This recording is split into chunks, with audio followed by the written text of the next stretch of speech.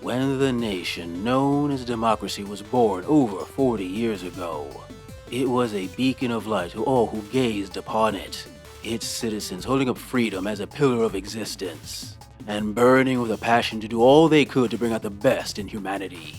Through this belief and their dedication to it, the democracy became an example to all, and soon many nations allied with them, and its reach expanded to encompass most of the globe, leading to a time of great wealth and prosperity.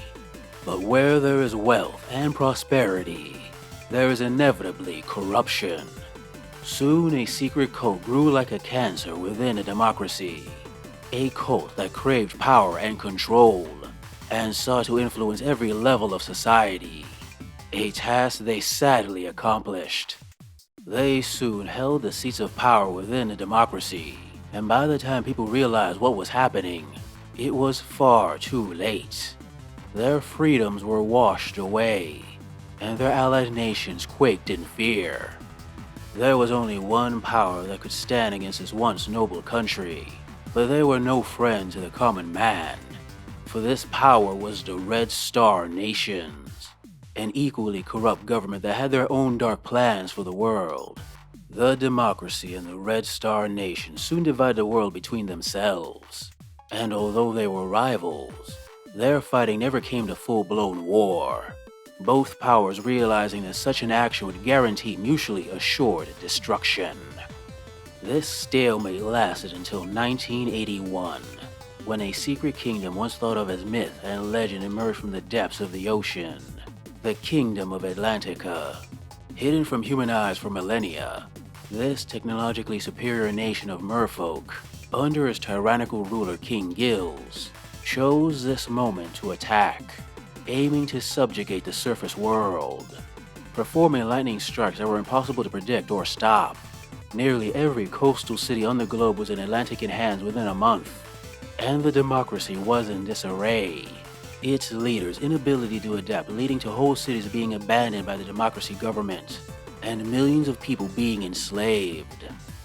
In the waning months of 1981, it looked like it would be the end of the democracy. The military, transformed into a guerrilla force supplemented by a citizens' militia, tried its best to stem the tide, but to no avail, and soon, near the final days, King Gills marched his army towards the democracy's capital, and many thought this would be the end of humanity's reign on Earth. But in the dawn of the final attack, a strange flaming meteor was seen landing behind democracy lines. To the merfolk of the Kingdom of Atlantica, it was simply another failed human attack, but to the citizens of the democracy, it would become a symbol of hope. For this was no meteor, but in fact a spacecraft that had crash-landed on Earth, and from the wreckage emerged the democracy's saviors, the beings known as the Valiants. The Valiants were a people who came from a spiritual universe. There they existed as strings of code held together within a consciousness, a code organized and sustained by a supreme being of infinite power, simply known as the One. These particular Valiants had constructed metallic bodies to enter our universe, in pursuit of a prison housing some of their greatest criminals. A prison that had somehow left the dimension and slipped into ours. And during their pursuit, they had suffered an accident that had broken their ship apart, the largest piece landing within the democracy. Soon, an alliance was formed between the Valiants and the remaining forces of the military, and this alliance spelled doom for King Gills and his kingdom. His forces were smashed to pieces, and by 1982, the Atlanticans were in full retreat, disappearing beneath the waves once again. In the months that followed, the Valiants kept the peace and helped rebuild essential infrastructure.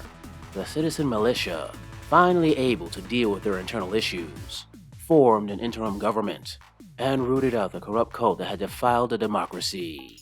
Most of the cult members were executed, but the most influential and devious left to tin pot nations and consolidated their power. Soon the cult was legitimized into the Snake Corporation, a vile global group that traffics primarily in black market technology and slaves. An organization that deals in anything that will bring them power and aid in their plans for world domination. For those within the democracy, life returned to normal, and although their nation was in ruins, it had its soul back. Delegations between Valiant and Democracy representatives worked to strengthen relations between the two factions, and it seemed that nothing would stop them from bringing hope to the world once again. Sadly, they would be proven wrong, as it was later learned that the prison the Valiants were originally pursuing had also crashed into Earth. At the time, 2 teams from the Democracy went to the prison crash site, one sent by the government, the other government contractors from the scientific think tank known as Coil's Laboratory. It was only after the war that it was discovered that all the government workers had been executed, and the contractors, as well as the prison, had gone missing. The prison had been taken to a secret Coil's facility where dangerous experiments were conducted upon it, one of these experiments causing an entity inside to escape. This entity was far from the noble souls of the Valiants, for this criminal had long been removed from the healing presence of the One, and it had been in torment for years within his prison. Thus, it had become a twisted and eternally corrupt being. It and its ilk were no longer Valiants. They were simply known now as Deceivers. This escaped being possessed a Coil scientist and created a bot body for itself. And once his consciousness was bound inside, it killed almost everyone in the facility. Once its brutal task was done, it freed all of its imprisoned comrades, releasing their codes directly into the ether, and causing the atmosphere in the area to become polluted by their malevolent code. Using nearby materials, this deceiver created a hellish bot factory, creating twisted bodies for its twisted kin.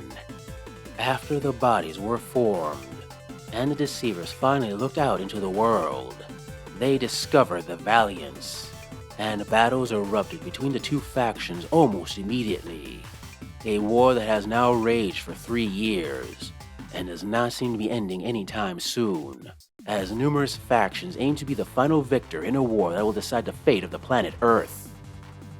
Bot, human, merfolk, and even alien.